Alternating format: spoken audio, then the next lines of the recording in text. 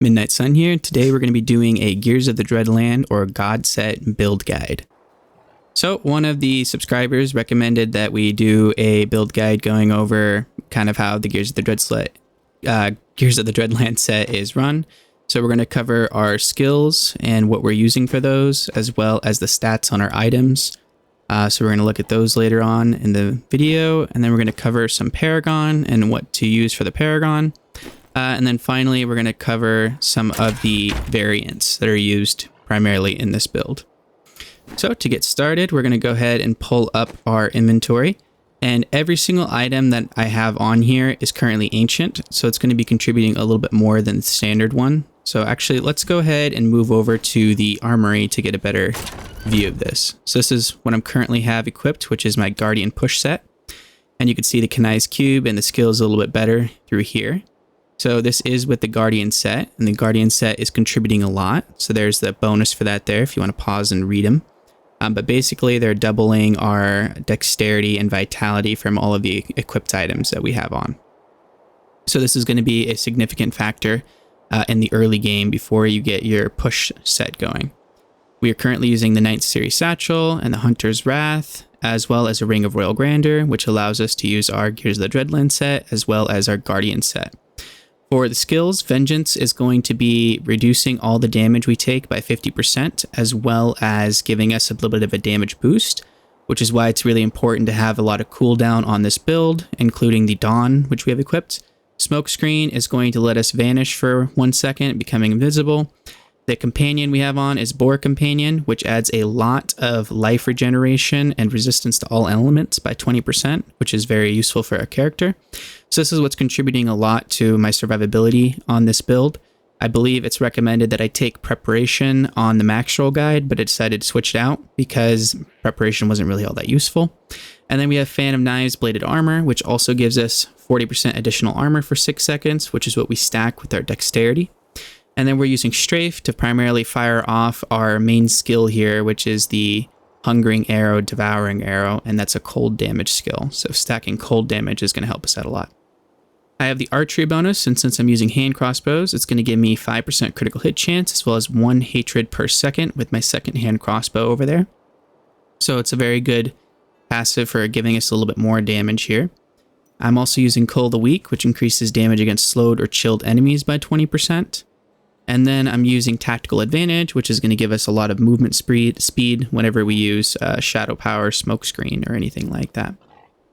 So lastly, we have 40% additional damage to enemies above 75% health. So this means I'm going to do a lot of damage initially until their health drops below 75%. Now, looking at our kind of stats here on the character, we see that I have quite a bit of life. And my recovery is 4.86 million. So that 4.86 million is showing my life per hit, life per second, life per kill, and everything else that goes along with that. And it contributes to how fast I can recover from my total life. My toughness is 125 million, almost 126 million there. That's my maximum life, my armor, dodge rating, etc. So if we look at the companion skill that I have here, which is the Boar's Companion, we can see what would happen if I took it off. I've got that 125.9 million. So let's go ahead and remove that skill and put something else on, maybe Preparation. In this case, we'll just do Marked for Death. And then let's look at our toughness now. We could see that I'm not 109 million toughness. So a major decrease in the amount of damage that I can take from switching that skill out. So if you feel like you're dying a little bit too much, you might consider switching out a skill like that. Next, let's take off the Guardian set. And now we have 2.6 million damage, 29 million toughness, and 1.9 million recovery. So this Guardian set is going to be a major contribution for stacking that dexterity and that vitality on our character. This means that if you try to do any of the other sets or anything without the Guardian set, it's just going to be very hard to stay alive without it. It's a major contribution in the early game. And that has to do primarily with our Paragon points. If we have a lot of Paragon points, we can stack them for whatever we want here.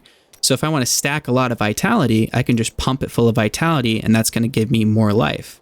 So let's see what happens when we accept that. See, my life at the left there is filling up, and my toughness has gone up to 120 million because of that. So if I keep stacking more and more Paragon, I can build up as much toughness as I want, or I can put it all into dexterity and boost all of my damage. Now, there's some strategies between splitting it and how much toughness you actually need. So this is up to personal preference. I have over 800 Paragon, which means my offense, defense, and utility are all maxed out. So my kind of main stats are the only thing that can really put Paragon in at this point. So after putting that back in there, you can see that I'm at 4.1 million again. And also, let's take a look at our weapons and the items that are in those weapons. You can see that I have a gem in both of my main weapons, and that's the green gem. And now let's see what happens if I remove it. So I'm at 4.1 million damage, and if I click the remove, I'm at 3.5 million damage. So this critical hit damage in my weapon here is going to be a major contribution. Even if I throw a regular one in there, a Marquise, I'm still getting 4 million damage. So if you don't have a Ramalani's gift to put on your weapons and get that extra socket, you're missing out on a lot of damage here. Now this also applies to any of your other items. These sockets are very important. You could see that I currently have a diamond, which is giving me cooldown reduction. If I remove that, you don't really notice any changes in the stats, but that would allow me to activate Vengeance much faster and more often, which is going to boost my survivability. Alternatively, you could put in something like an Amethyst, which is going to give you more life, but most people, it's recommended to do just the diamonds or the topaz. Alternatively, we also have our main legendary gems. We can see that removing those didn't contribute anything towards the damage, toughness, and recovery. That's because most of these things activate when firing a skill. So we only actually notice these when we're firing a skill or around other monsters or whatever it costs to trigger it. Which means that if we open up this menu while moving, we're going to see that damage boost up and the recovery and toughness as well. So, highly recommend that you level these up as high as they can possibly go and as fast as you possibly can, as well as prioritizing sockets in your jewelry. Okay, so we've covered quite a bit there. Let's move on to the next step, which is going to be our skill here. And this is a passive that we have. This is Tactical Advantage. This is used for running speed, greater rifts primarily. So if I wanted to, I could change this to something else like Thrill of the Hunt, or maybe even go to Awareness to get an extra bit of survivability. So I can change out some of the ones that are speed focused and look at some of these other things and see which one will help me for my build the best. So always recommended that you actually look through and see what those passives do. Now I'm going to go ahead and do the highest greater rift that I've not completed yet, which is a 132. And depending on the greater rifts, I can probably complete this no problem, but this time around it's going to be a little bit difficult. So we're going to just show you kind of the main strategy for running this build, and that is to fire your main skill about 4 or 5 times. At the bottom of the screen there, you can see that there's a little foot with some wings on it. And if that is at 20, that means it's fully activated, and then you could start spamming your strafe. And then you just want to fire your main skill every few seconds or so to keep those bonuses up. Now you can see right there, we had that huge freeze. That's because I timed it using the season ability there. And I'm kind of grouping up as many enemies as I can. This is a couple sets of elites over here. I'm hovering around them. I've got enough toughness that I can survive this. And then my goal is just to kind of target the elites and let the season ability do most of this damage.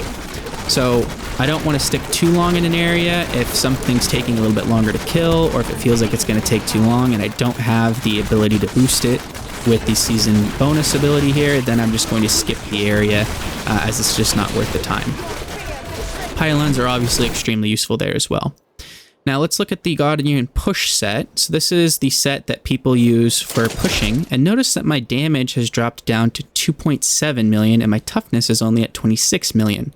My recovery is also a little bit lower than normal compared to the Guardian version of the set. That's because I don't have enough Paragon to help me out with it. And now if I go over to the Nephilim set, we see the same thing. I'm losing a lot of damage, a lot of toughness, and a lot of recovery. But the difference is that with the Nephilim set, I am also equipping a Boon of the Hoarder on my character now, which is going to give me more gold. And I've also got a gold wrap on in my Kanai's cube. It's also targeted towards speed.